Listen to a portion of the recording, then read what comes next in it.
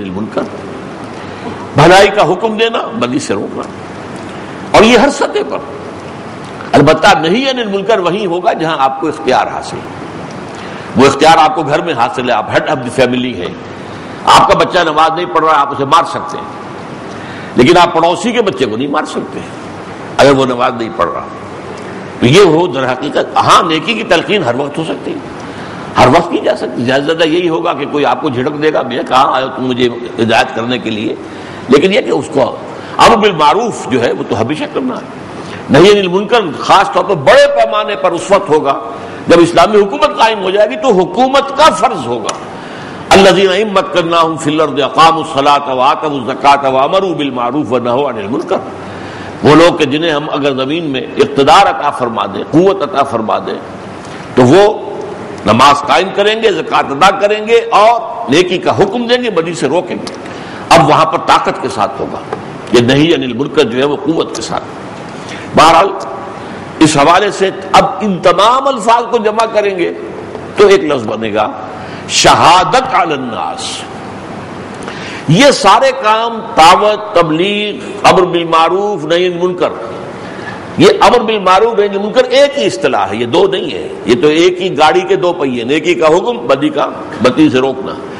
چنانچہ قرآن مجید میں 10 مرتبہ یہ اسی طریقے سے جڑے ہوئے آئے، تفصیل میں جانے کا موقع نہیں ہے، اس لیے میں نے 3 گنا ہے: تبلیغ، دعوت، امر بالمعروف، نہی عن المنکر۔ یہ انفرادی سطح پر بھی کرنا ہے اور اجتماعی سطح پر کرنا ہے، اور اس کا مقصد کیا ہے؟ تاکہ لوگوں پر اللہ کی طرف سے حجت قائم ہو جائے کہ وہ قیامت کے دن یہ پلی نہ لے سکے کہ اللہ ہمیں تو تیرا پیغام کسی نے پہنچایا ہی نہیں، ہم سے مواخذہ کیسا، ہم سے محاسبہ کس بات کا۔ لیکن یہ فرض ہوتا ہے انبیاء کا، رسولوں کا، وہ کس لیے بھیجے جاتے تاکہ لوگوں پر حجت قائم کر دیں۔ رسلا مبشرین و منذرین لئلا یکون علی الناس لئلا یکون للناس علی اللہ حجت بعد الرسل وکان اللہ عزیزا حکیما۔ ہم نے اپنے رسولوں کو بھیجا ہے مبشر بنا کر، بشارت دینے والے، جو سیدھے راستے پر آ جائیں ان کے لیے بشارت ہے، روح و ریحان و جنات النعیم، اور خبردار کرنے والے، ڈرانے والے جہنم سے، اگر غلط راستے پر چلو گے جہنم میں جھونک دیے جاؤ گے۔ لئلا یکون للناس علی اللہ حجت بعد الرسل، کہ رسولوں کے بعد لوگوں کے پاس کوئی حجت، دلیل باقی نہ رہے، کوئی عذر باقی نہ رہے اپنی غلط روی کا، اپنے کفر کا، بعد الرسل، رسولوں کے بعد، رسولوں کے آنے کے بعد۔ تو یہ ہے در حقیقت یہ مقصد بحیثیت مجموعی امت کو پورا کرنا ہے، پوری نوع انسانی پر۔ اور امت چونکہ اس میں کوتاہی کی ہے اس نے صدیوں سے، لہذا اللہ کی ایک سزا کی گرفت میں ہے۔ میری ایک کتاب ہے سابقہ اور موجودہ مسلمان امتوں کا ماضی، حال اور مستقبل۔ سابقہ امت مسلمہ یہود، ان کے بارے میں ہمیں معلوم ہے کیسے کیسے عذاب ان پر آئے، اللہ کے کیوں آئے۔ حالانکہ 2 دفعہ تو صرف سورہ بقرہ میں کہا گیا ہے کہ انی فضلتکم علی العالمین، یا بنی اسرائیل اذکروا نعمتی التی انعمت علیکم وانی فضلتکم علی العالمین۔ اے بنی اسرائیل، یاد کرو میرے انعام و احسان کو جو تم پر ہوا، اور میں نے تو تمہیں تمام جہان والوں پر فضیلت دی تھی، لیکن تمہارے کرتوت یہ تھے، تم نے پھر یہ کیا ہے، تم نے جو ہے ہماری کتاب کو اپنی پیٹھ کے پیچھے ڈال دیا ہے۔ نبذ فریق من الذین اوتوا الکتاب کتاب اللہ وراء ظہورہم، اب اس کی سزا ہے۔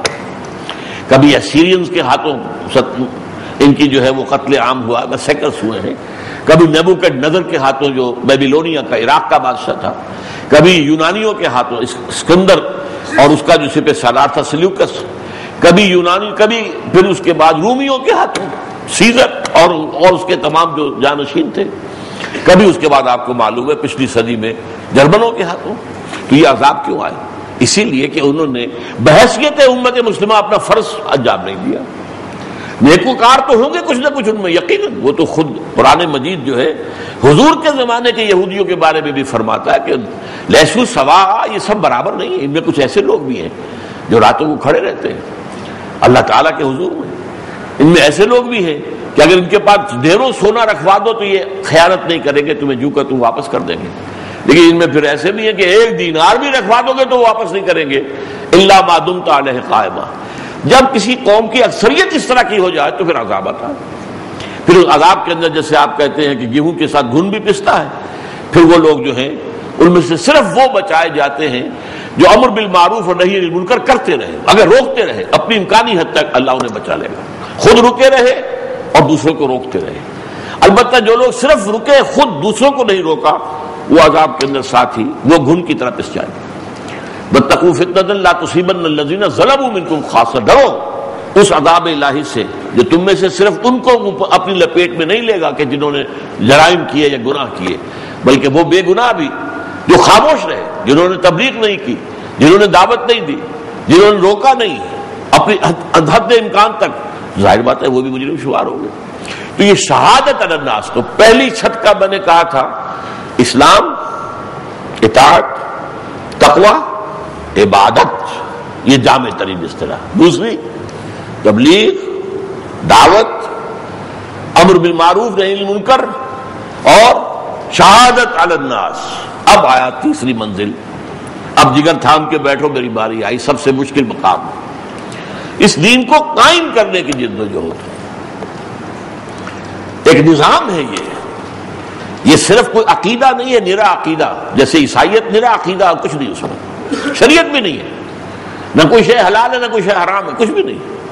حضرت عیسیٰ یہ کہہ کر گئے تھے کہ شریعت موسیٰ تم پر لاگو رہے گی، سینٹ پال نے اس کو ایبروگیٹ کر دیا، نہیں شریعت ہم پر نہیں ہے، بات ختم، اب شریعت ہی نہیں۔ ایک ایسا مذہب ہے جس میں کہ شریعت ہی نہیں ہے۔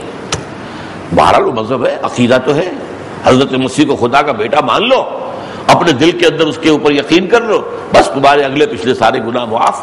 مسیح سولی پر چڑھ کر تمہاری طرف سے کفارہ پہلے دے چکا، جو بھی اس کو مان لے گا اس کی طرف سے کفارہ مسیح نے اپنی قربانی پیش کر کے دے دیا۔ انا للہ و انا الیہ راجعون۔ قرآن تو یہ کہتا ہے کہ لا تزر وازرۃ وزر اخری، کوئی کسی کا کفارہ کیسے بن جائے گا؟ کوئی نہیں ہے اٹھانے والی کسی دوسری کی، کوئی جان نہیں ہے جو دوسری کسی جان کا بوجھ اٹھائے۔